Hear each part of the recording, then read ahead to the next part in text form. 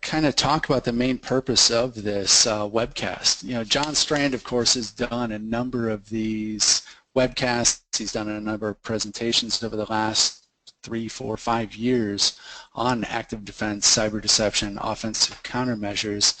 And really I was looking at ways and how we can kind of build on that theme.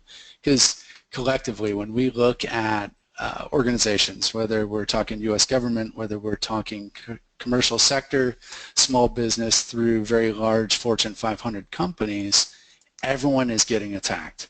It's how do we detect this? How do we reduce the dwell time? When we look at, you know, the Mandiant M Trends report, still, as of last year, at 146 days average dwell time before attackers are being discovered. That's just ridiculous. We need to be able to find them, and we need to be able to get attackers out of our networks much, much quicker than that. So kind of one of the big themes that we have in our SEC 550 class is that prevention is ideal. Ideally, yes, we want our traditional network defenses to capture attackers as they're trying to get into the network and just ultimately stop them from getting in, but that's not really a very realistic expectation. So we must be able to detect their activity. Not only detect as they're probing the perimeter of the network, but once they've gotten in, we need to be able to detect that activity. And then from there, if we can't respond to it, then it's useless. So the goal of what we're going to talk about today is to really help out the detection area, and then from there you've got to have the incident response plans in place and the team and the skills in place to be able to actually do something about the intrusion. So this is just ultimately to try and show you some easy tips and tricks that you can play that are going to cost you absolutely nothing other than the time to set them up and then monitor them. So this, as I mentioned, it builds off of the stuff John has done, but I know Bryce Galbraith has also done a number of different webcasts and presentations on active defense, and actually later on in this I'm going to kind of tell you about one that he's got coming up as well. So kind of like with every good presentation, we need to define a few terms because we've talked active defense and cyber deception a little bit thus far. And active defense, it's about a lot more than buying that $1 million security product and watching for the red light to go off. This is about actively seeking out attackers in your environment, actively seeking out different anomalies that could show up either in your network traffic, on the host systems themselves, and this is more than just workstations. This is your servers, this is also your networking infrastructure as well. So there's a number of tactics, once again going back to SEC 550 that we talk about that are really, really useful in this. Hunt teaming being one of them. That's where you're taking that active approach. You've got to have a solid baseline where you know what is normal in your environment to help you identify those things that are not normal. Using things like software restriction policies or application whitelisting, internet whitelisting, all of these are great techniques that they take a little bit of time to set up, but they will stop an attacker dead in their tracks. It'll stop malware infections dead in their tracks as well when you suffer from drive-by downloads. So active defense can be a really good methodology for you to employ in your organizations. Now, cyber deception, this is all about trying to think about how the attacker is going to move and us putting defenses in place to be able to increase our kind of alerting mechanisms that we have in place. And that's where we're going to talk about the concept of number of honey things, as I'm kind of calling them, because it's more than just setting up a honeypot system. That can be a part of it, but we'll also place other things that should not be interacted with so that we know that if an attacker does interact with it, that's not normal activity and we need to investigate. Now, everything that's in here, it is not meant to replace any of the defensive techniques or things that you have implemented at this point. It's not meant to replace them. It's meant to augment them. It's going to give you, as I mentioned earlier, it's going to give you additional alerting capabilities that you wouldn't normally have with your traditional IDS, IPS, firewall, antivirus combination that most of us have employed in our environments. Now, the big thing that you have to keep in mind as you do this is, first, is your house in order? Do you have a solid patching program already? Do you have the personnel available to be able to actually ingest and analyze any alerts that do come in? What are you going to do with them if they do then? So you have to have incident response plans in place that if my Honeypot, if my Honey account gets interacted with, what am I going to do next? All of the tactics that you then are going to deploy with this, you do potentially need to consult your legal team for it. Definitely need to work with HR to make sure that you are not infringing on anyone's rights. So that's going to be heavily dependent on the country that you're operating in. If you're in the U.S., we have a little better terms of use policies that we can work with there. But we need to also just work with upper management on these things before we go and start deploying little tripping points through our network, because we need to make sure that they are aware of them before we start adding to the network. Now, as I mentioned earlier, really briefly, this is about thinking about the way that the attacker is going to operate, and us jumping in and trying to find a way to get other methods of detection in there. We want to throw off the attacker. We want to slow them down so that they're not able to do as effective of recon, or as they're working their way through the cyber kill chain, that they cannot weaponize and deliver payloads to us as easily as they may think, or as easy as it appears. And then as we see these honey things or different defensive deception measures being interacted with, this gives us additional places that we're seeing alerts that we can then respond accordingly, because they should never be interacted with. Now, as we think about most network infrastructure, typically we've got pretty solid alerting when you look at the border of the network, or the gateway of our networks. We have good visibility there. We have solid alerting typically using IDS, IPS capabilities. Our firewalls are going to provide us alerts and so on. We have a solid DMZ. So this is not the way that attackers typically get in though. So we're kind of looking, we've got to look there, but we're not looking in the only place we have to be concerned with. We need to think about the internal network. And since the majority of attacks today are client-side based attacks using social engineering, we need to think about that inside of the network, where we typically don't have good visibility, which is the case for most organizations. Now, there's some that have the resources available, that they've got solid monitoring of everything. But the question I want you to ask yourself at this point is, if someone was to get into your network and they compromised a host machine or 5 host machines, and they were moving laterally to expand that to the 10,000 hosts in your organization, would you see them? Would you know that they're moving laterally? Would you know how they're moving laterally? And if you don't, how would you find that activity in the first place? Are you going to be a statistic that Mandiant's reporting on next year? It's not a place I would want to be, and I'm sure it's not a place that any of you guys want to be as well. So the things we're going to talk about are going to help us increase our visibility in the internal portions of the network, down at the bottom layers, so that we can see if that attacker starts moving laterally, if that attacker starts interacting with our file systems in places that, well, the legitimate users aren't going to be at. So that's what we're going to talk about coming up. So we're going to add some honey to different places. We're going to use honeypot systems within our internal network. We're going to set up a couple systems with honeyports in different places. So have it masquerade as an SMB service on a Windows XP machine, and someone thinks they're going to do a null session over to it. Or set up other vulnerable looking services on ports for them to try and interact with those. We can, in addition, add different honey documents, since data is one of the common things that attackers are after. We need to try to entice them with that. So we can put documents in a secret folder, new project folder, that's going to try and entice users into, or attackers into, gaining access to that folder and the files that are there. And when those things are touched, we want to be alerted. And we're going to talk about how those alerts will work. We can also set up fake administrative accounts or local accounts. We can have them either sitting on a system, since one of the first things that attackers are often going to do once they do get in is try and dump and crack hashes.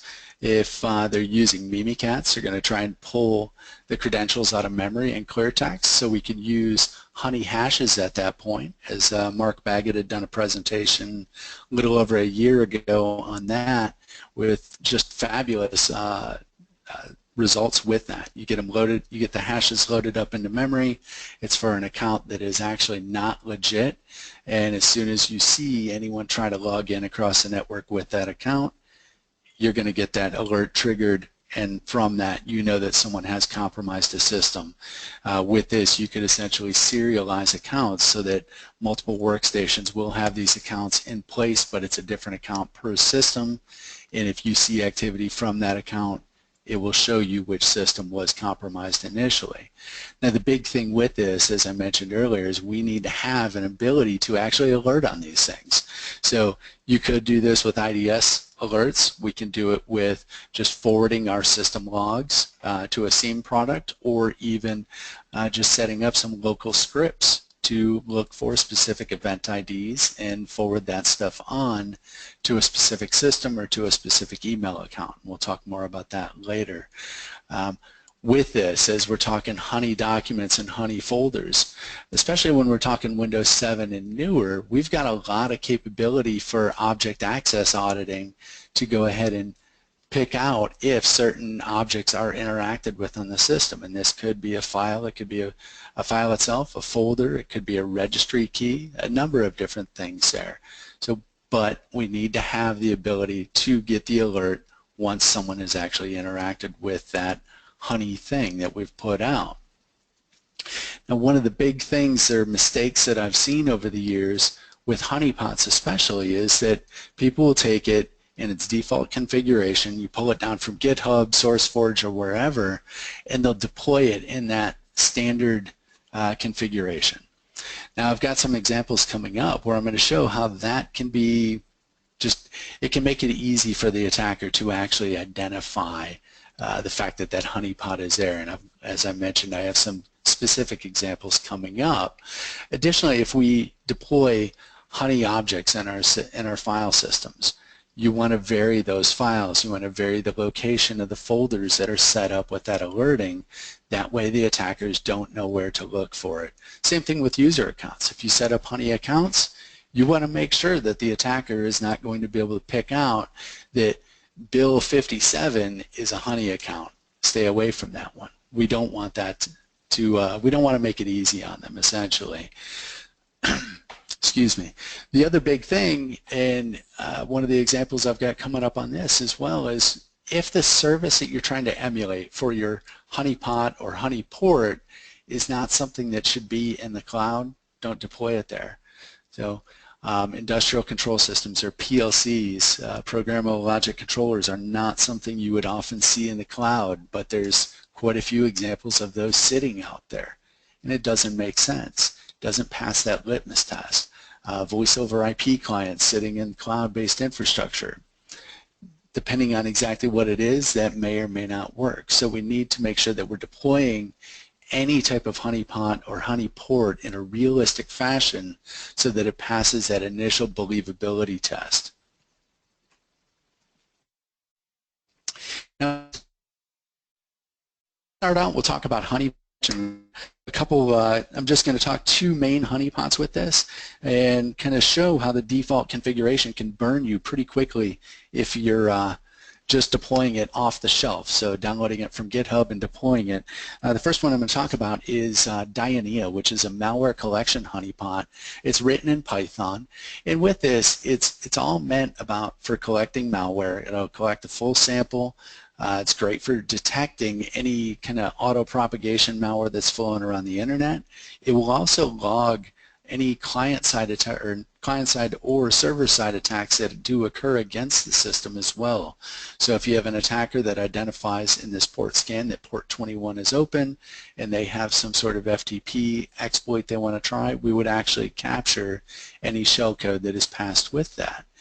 But when you look at the results of this service scan that I ran against the Dionaea honeypot, chances are you as an attacker are not going to want to go after this system. You're going to move on because, as you can see, looking at the red arrows, I've got port 21, 445, and 1433. Nmap does a good job of identifying this as a honeypot. And it does that by looking at the service banners that are passed, that are returned to it when it does scan those ports. Now I'm going to talk about how we can actually modify these coming up to get around this test. So with this, with Nmap, it's going to look at, whenever it does its service scan, it looks at the nmap-service-probes file, and this is where it compares the service banner to what its database shows in it, and it can identify the service that's running there, whether it be an actual legitimate service or, in this case, the Dionaea honeypot.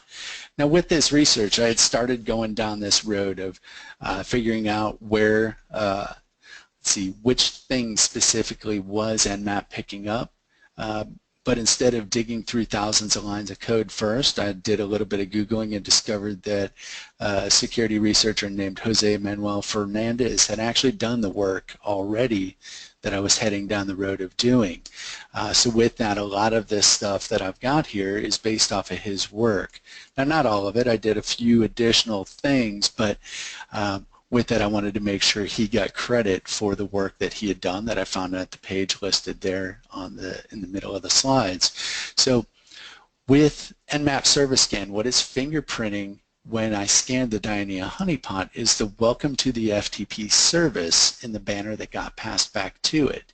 Now, the first white box that you see towards the top of the screen is from the Nmap service probes file, just showing that that's what it's picking out. Now, what I want to do is go into Dionaea, and with this I'm going to go into the ftp.py file, and I'm going to make some changes to that. So I did a little research, went out to CVE details, looked for some other vulnerable Windows FTP services that are out there that are also fairly current. So with that, I found the CVE from 2015, so CVE 2015-1419 for the VSFTP 3.0.2 service, and that it has some different vulnerabilities that could be interesting to an attacker.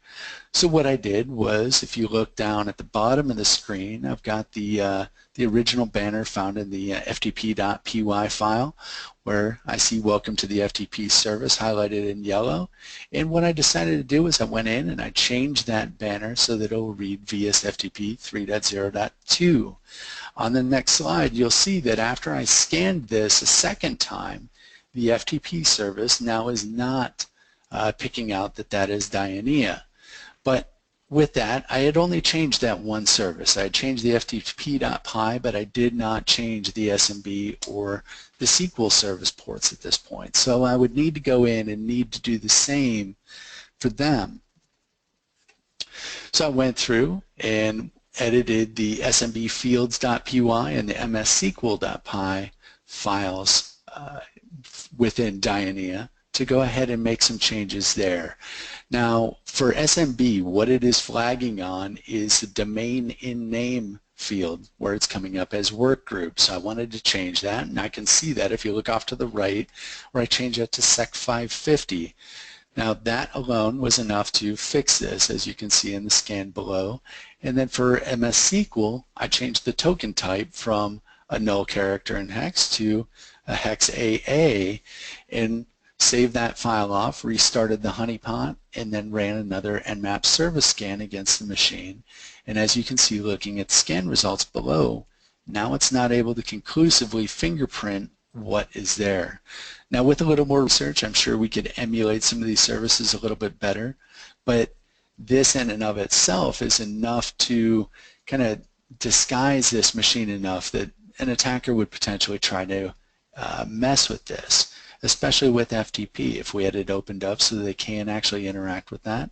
And with Dionaea, the attacker would be able to actually log in and interact with FTP. So we would just need to set up some accounts so that the attacker could actually connect up, log in, and then have some alerting set up that anytime anyone connects to port 21 on this honeypot machine, I need to send that alert to my SIEM or send an email alert out using say Python or another script, a bash script, to forward that email out to the security team so that they know that someone is interacting with the system. Now next, Conpot is a pretty popular ICS or SCADA honeypot. It is extremely customizable as well. It has a lot of different default configurations. Overall, it's a pretty robust honeypot that allows it allows it to emulate a variety of systems, as I've shown at the bottom. It can emulate a supertanker, it can emulate power production and distribution, water facilities, auto plants. It can do a number of different things. Now, with Conpot, the problem with it is it has a number of different default configurations that can easily help an attacker fingerprint the fact that this is Conpot. Now this as well was another instance where Darren Martin had actually gone out and done a bunch of this research already. So he had done a white paper on it that was hanging out there on Xiphos Research. I went to check this link last night and it went down, so I'm not sure what's going on with that page at this point. But once again, he has a pretty robust paper talking through this topic. But one of the couple things I wanted to highlight here are we've got this value type. So we see 88111122 as essentially a serial number for this device. This is one of the telltale signs that Conpot has been deployed. Now additionally, we have our module type, the IM151-8 line. That is another one that is of interest to, or could tip this off to an attacker. And then off on the right-hand side, we have a number of other things that I have kind of picked out with the red arrows showing where some other things are could flag as being suspicious because this is a default values. Now, a couple lines below my second red arrow on the right, there's a Somatic S7200. So that part number, essentially, that is legitimate. But when we see that in combination with a number of the other things, so the system name, if we go down a few lines to the CP443-1, as well as the other elements that I pointed out below or before, those are all big indicators that this is Conpot. It's Conpot in its default configuration, and this would tip attackers off that they don't want to interact with this because they don't want to get caught. Now, with this, I did a couple Shodan searches. I wanted to show how Shodan can be used for identifying this. So I just did a simple search on the serial number, the 88111122, and there were quite a few results that came back, so 206 in total. From that, I wanted to highlight another site that Shodan has out there called HoneyScore. So I just took one of the IPs, I took the second one there, the 196.203.222.179, dropped it into HoneyScore, and HoneyScore goes out and it will do some searches for you to kind of query the system that's there, and it looks for signs, known signs that of honeypot behavior. From this, it was able to quickly discern that this IP address was actually hosting a honeypot. It's not a legitimate PLC sitting at that IP. Now, if you scan down in those Shodan results, if you went out to Shodan right now and just did a search on that serial number, and you scroll down a number of lines or a number of results, you would see that a number of these actually are housed in the cloud. And this goes back to what I was saying before. Deploy things in a manner that makes sense. So it's not going to be very often. You should theoretically never see a programmable logic controller sitting in the cloud, but I'm sure someone has virtualized one at this point. There probably are a few sitting out there. So the big thing is just deploy things in a manner that makes sense. So next we're going to talk about Honeyports. So with Honeyports, I'm really looking at setting this up on the inside of the network, not anywhere on the outside, or that's where I'm focused on setting this stuff up at this point. I'm not looking at setting this stuff up in the DMZ. My goal of this presentation is to help you identify if someone has gotten in your network and get the detection you need to be able to get them out of your network. So there's a lot of different free tools out there. I've just captured a couple of them. Paul Esadorian from Security Weekly had put out a Python script called Honeyports based in Python, very customizable, and you can set it up to monitor a variety of different ports on the system at once, and it will then set firewall rules up for you to block any activity from anyone that interacts with those ports. And it's interesting that you mentioned Artillery by Dave Kennedy. He's actually working all of that you were talking about on the inside of the network too. He's actually working all of that into their commercial product as well, so it can roll it out on the inside. So I thought that was kind of cool, some of the things that Dave Kennedy is working on his side of the house. Awesome. Thanks for interjecting, John. I did not know that. So Artillery does a very similar thing as far as monitoring a number of ports. It also has some, let's see, man, I blanked on the other capability. It has some other capabilities built into it as well. Additionally, the area that I'm going to focus on is just some basic command line kung fu skills, kind of a homage to Ed Scotus there, on what we can do that costs us absolutely nothing, that doesn't require us to actually pull in any tools from the outside. You just set up a simple batch script. If you want to use traditional Windows command line, you could do the same thing in PowerShell very easily on a Windows system, or you can do this in Bash. For this example, I'm only focusing on Windows, but the goal with this is to set up a port or ports that you're going to have a listener on there. Now, it's not meant for any tradition or any legitimate activity. So with this, it's set up such that if anyone interacts with that port, it's automatically going to be considered suspicious. Ideally, we want to try and set this up so that it is mimicking either a vulnerable service or something that an attacker is going to use to move laterally. So SMB is a great service to mimic.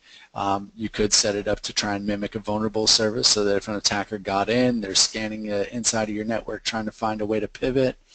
They see something that is traditionally vulnerable and they may try and attack it that way to move laterally as well.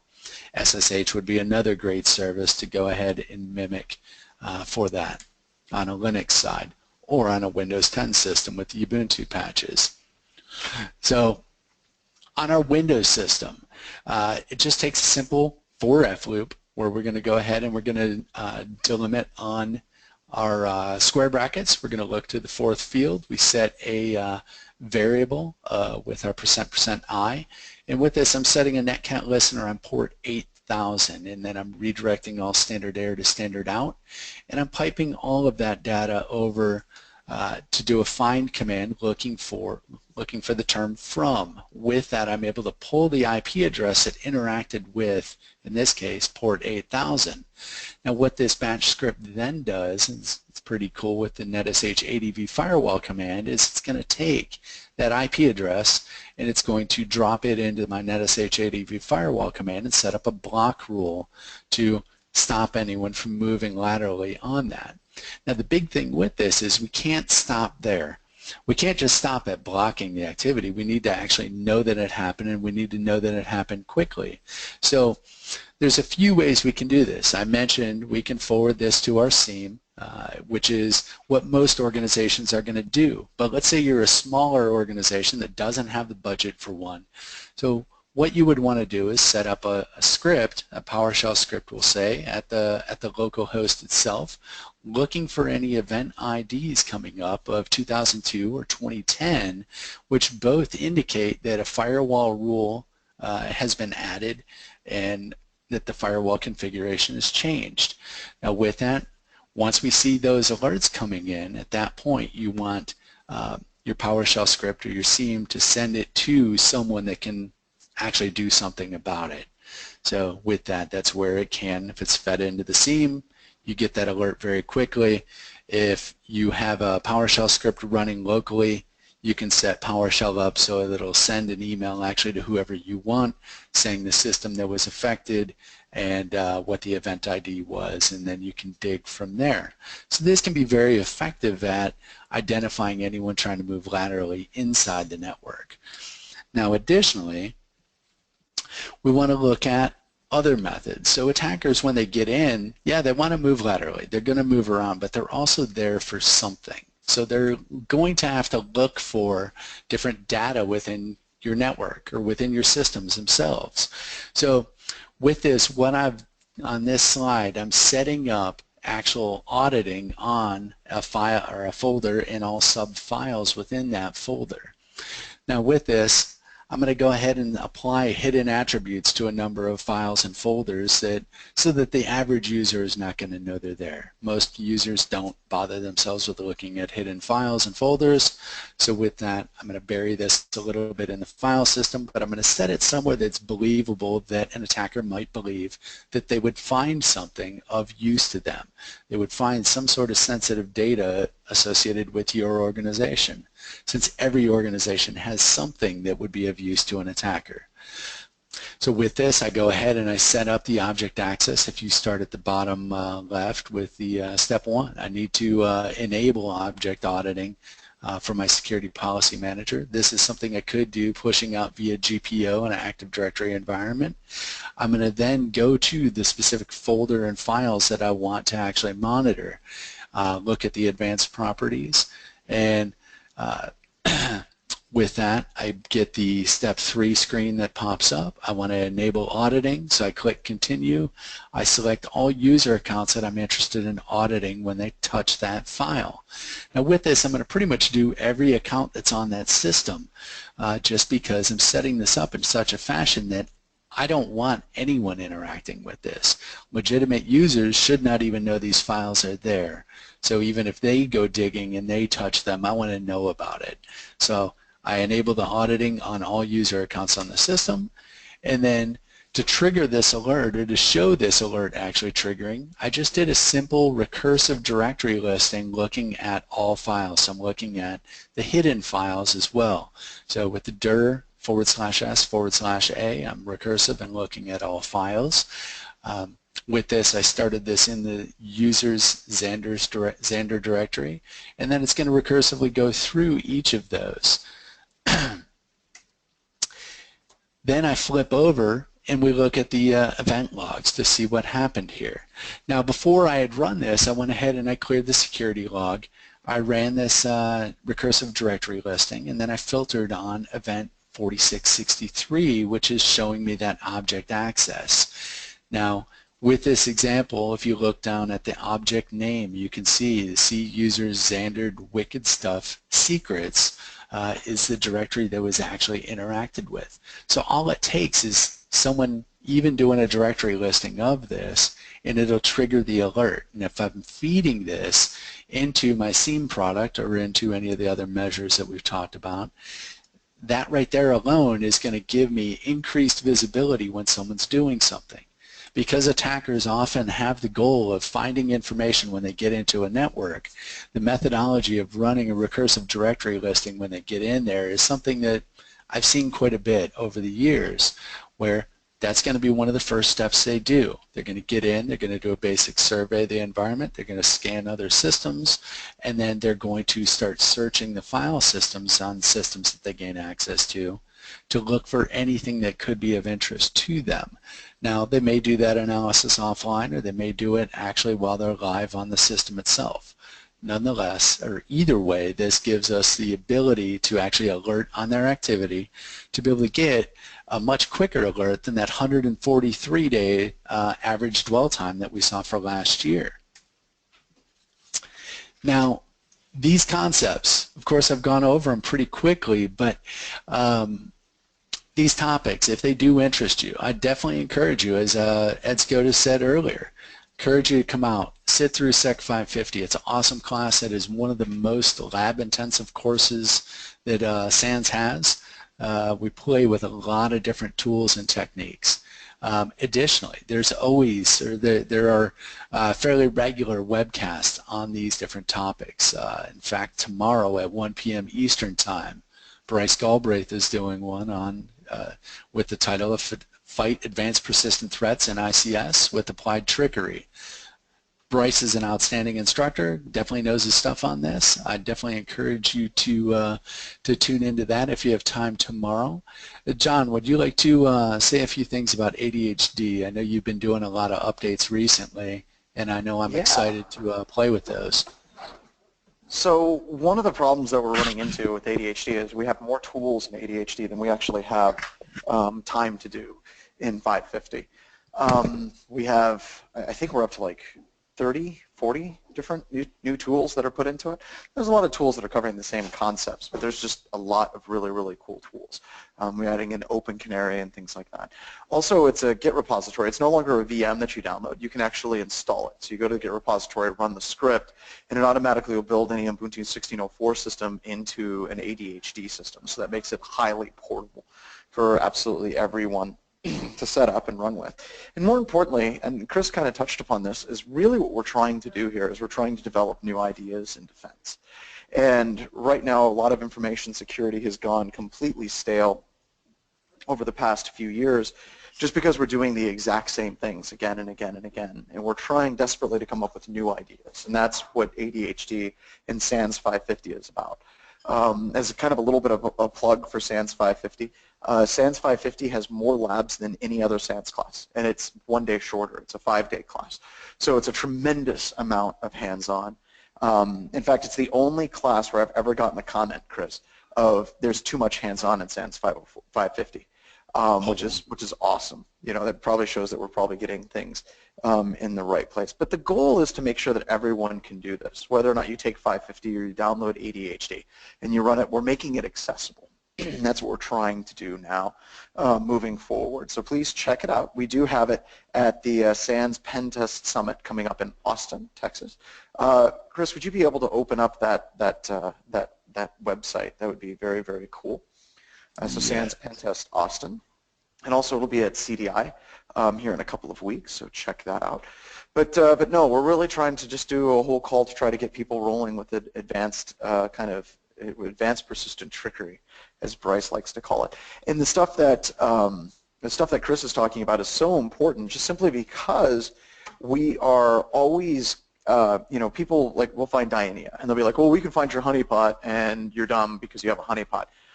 It's really easy to change these service identifications, and that's kind of a big step. Kind of moving in the right direction. But this stuff does work. I do know that they're using these types of techniques in a lot of these tools at Facebook, and they're using them at Uber, and they're using them at a number of different banks around the country, and that's just kind of neat. That's got to say which ones are being used, but that kind of cyber deception is something that's being in play. And Chris being a part of this and his background, I think speaks volumes about where it's going as well. Eric just said there's no such thing as too much hands-on. Come take 550 and find out.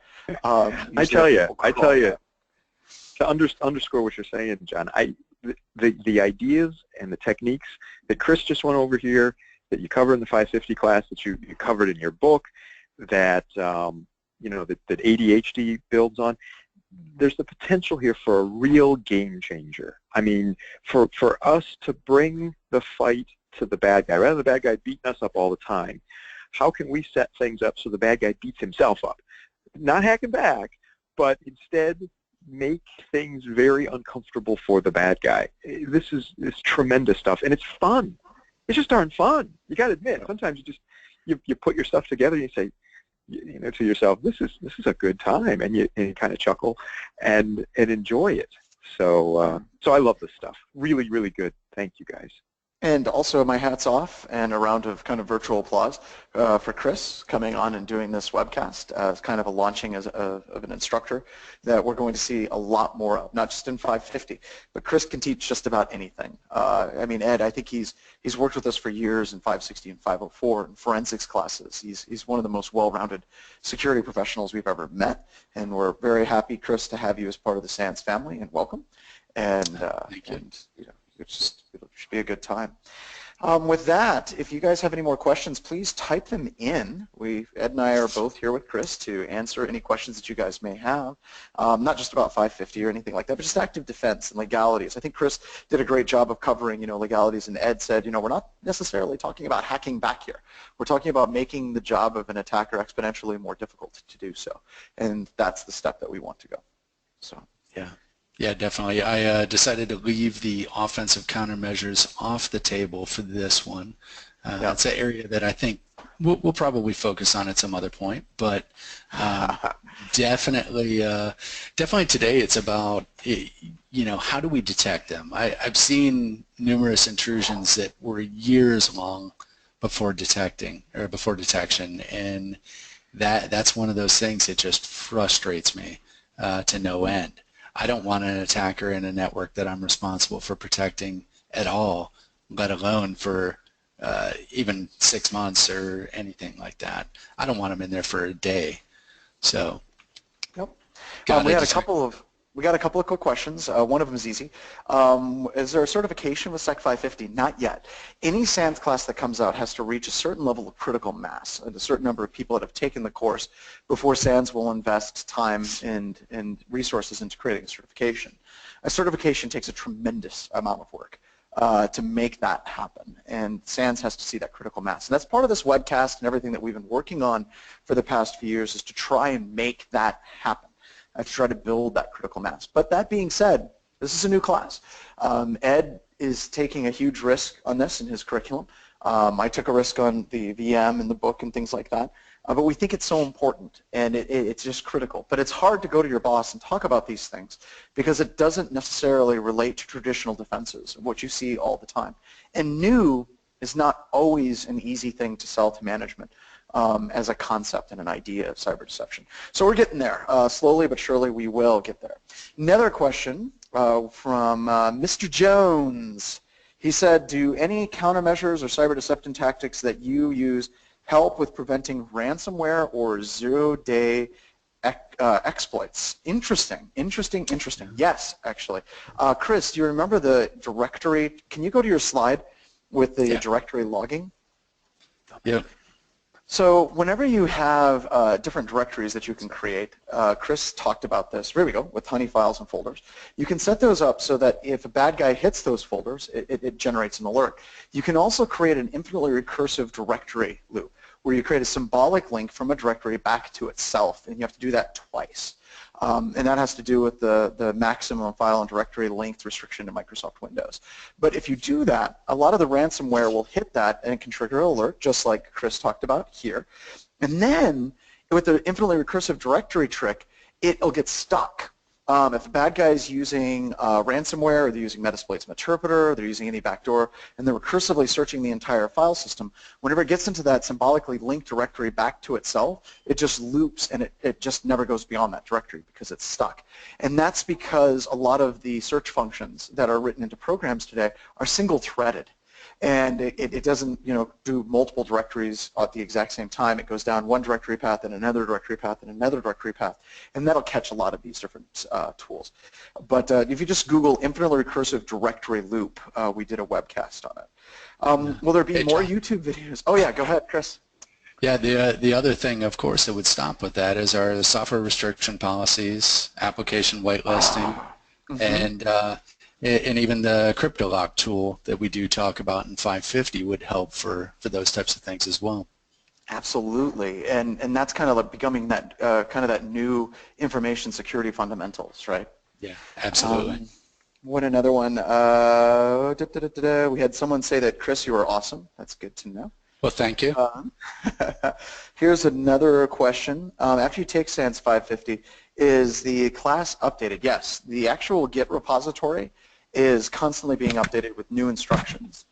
So if you take the class, you get all the instructions, and you get videos with step-by-step instructions. That's different than the actual virtual machine that's out there. But yes, the content is updated. You got to watch for webcasts like this. A lot of the things that Chris went through is going to be updated into SANS 550. Let me go through. There was another question here, Chris. Oh, will there be more videos from the ADHD project? Yes. I am a little bit behind this year, And Chris and Bryce are going to be helping me out with those videos and walking through all of the tools. But those videos will be forthcoming. It's just been a rough year. But yes, there are going to be more videos coming and more webcasts like this one. So, all right. And I think, Mr. Scotus, I think that is, oh, another question, will we release it as an ISO or VM again? Probably not, Omar. We just won't, because here's the deal. Whenever we are packaging ADHD and releasing it as a series of scripts, you can have it installed in about 10 minutes on a virtual machine. If you just have a clean VM and it'll just go. With a full virtual machine or an ISO, we've got to sling gigs of files all over the place. And one of the things that I'm playing with, kind of let you know kind of where it's going, Omar, is I've been really addicted to the Ubuntu bash shell that you can install in Windows 10. Chris, Ed, have you guys played with this yet? I haven't yet, but I'm looking forward to it. Not yet. I've got one built and getting ready to start. So here's the deal. The best new feature that Windows has is the ability to run Linux, literally. You just enable developer tools, and it's right there. It's a checkbox. You click it. And it installs Ubuntu on Bash on your Windows system. And you can even do apt-get install Apache 2. It installs Apache server. Ed, I tested it with Netcat, and it works. So we'll all be happy to know that. But the cool thing is, eventually, it's still very much beta, but once it gets the full network stack compatibility, we'll actually be able to install any of the ADHD tools on Windows. Because the script that we have, once we get full network stack compatibility, that's something, like I said, they're working on. It's very much beta. Next quarter, they have that fixed. We'll be able to extend ADHD to your Windows system. And any Linux tool you'll be able to install on your Windows computer system. So if you haven't checked it out, check out installing Ubuntu on Windows 10. I know that sounds like it'll break the internet. But yes, that script, that means that we no longer need ISOs. That means that we can install an ADHD suite, not only in just an Ubuntu VM someplace out online. We'll be able to also install it on any Windows system. And just think about the possibilities and the craziness that's coming through. As they say, I'm just going to wait. I'm just going to wait for the ADHD port to PowerShell so that then I can run it on my Mac. See, but now, Wait, Ed, if I almost missed that last half. You need to tweet What a crazy world we live in. PowerShell on the Mac. Stop it. Why? So, and with that, I think that we're going to put a fork in this. I think that Ed Scotus just won the webcast. I think so. So thanks again, Chris, and like I said, welcome to the SANS family, and don't expect the hazing to be done. Okay. There's one more coming. And everybody, thank you very much for attending, and right now, get out of here. Talk to you all later. All right, thank you so much, Chris, Ed, and John, for your great presentation, which helps bring this content to the SANS community. To our audience, we greatly appreciate you listening in. For a schedule of all upcoming and archived SANS webcasts, including this one, you can visit sans.org/webcasts. Until next time, take care, and we hope to have you back again for the next SANS webcast.